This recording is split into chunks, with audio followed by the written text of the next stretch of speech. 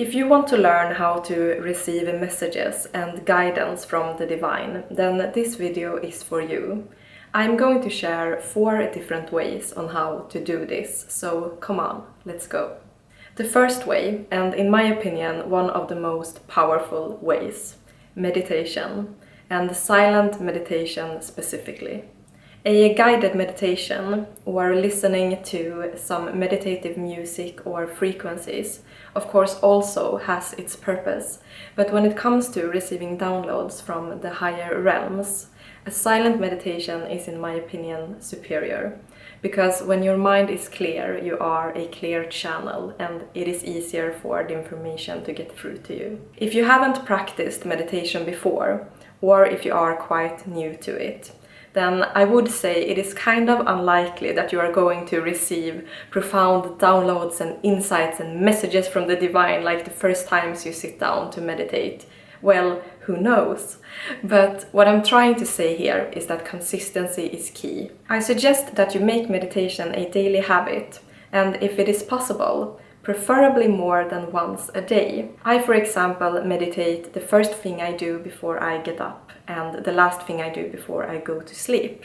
So that's an idea. And if you have tried meditation but come to the conclusion that it isn't for you, then I suggest you reconsider. Because, like I said in the beginning, meditation, silent ones, are, in my opinion, one of the most powerful ways to receive these kinds of downloads. So if this is something you would like to be able to do, to connect and receive messages about your life from the universe, then I suggest you stick to it, even though you feel it isn't for you. I didn't feel meditation was for me in the beginning, and now I can't live without it. And a little bonus tip here, that I have found to be powerful as well, is to combine meditation with the element that you feel the most drawn and connected to. So, earth, fire, air, or water, or maybe it is more than one of them. If you feel drawn to the element of earth, you can meditate outside, preferably with your hands and or feet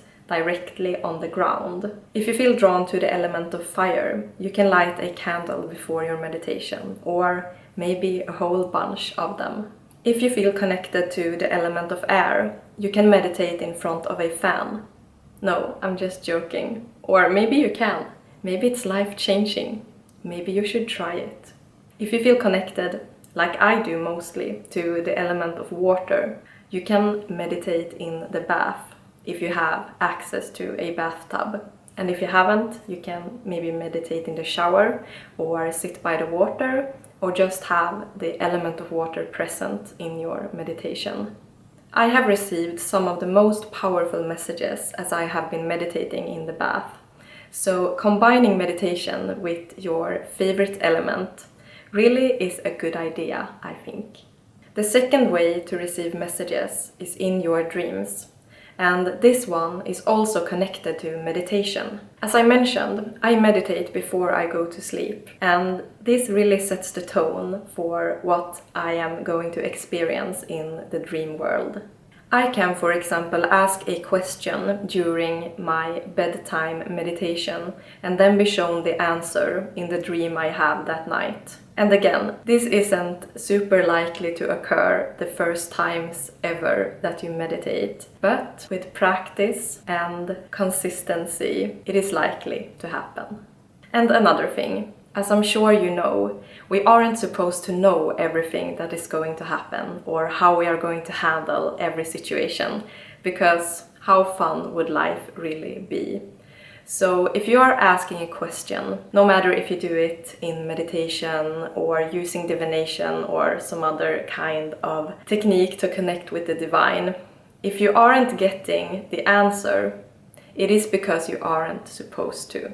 And that leads us to the third technique, which is divination. There are a lot of different divination tools, and perhaps the most common ones are using tarot and or oracle cards. Using cards is also a great way to heighten and work on your own intuition if you are trying to interpret the meaning of the cards without looking in the book first. You can, for example, ask a specific question and draw cards, or you can be more vague, so to speak, and ask for what you most need to know in a certain situation, or this month, this week, this year, whatever, and then draw cards on that. And now I'm going to repeat myself, but it's only because I think it is important to repeat this thing, that you aren't supposed to know everything. So if you use, for example, cards as a divination method, and you ask a question and the cards you get, they doesn't really make sense, then it is most likely because you aren't supposed to know the answer of the question you asked. So one thing that I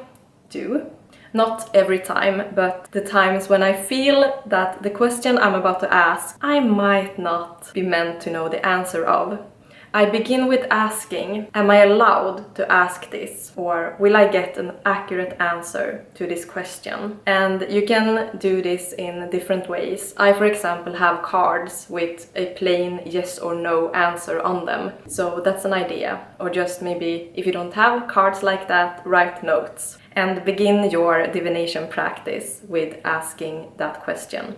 Asking permission, so to speak. The fourth and final way to receive messages from the divine is simply in your day-to-day life, signs that are being shown to you, inside or outside, wherever you reside. Perhaps you are familiar with angel numbers, the fact that the universe, your angels, are using numbers as a way to communicate with you. Another sign could be seeing a certain animal, or just seeing something written or hearing something that seems meant for you. It is. So, how do we receive these signs? Well, it's quite simple, just by noticing them, because as you do, they will amplify. Should you, for example, not know what the universe is trying to tell you by showing you a certain animal, you have the internet to your disposal.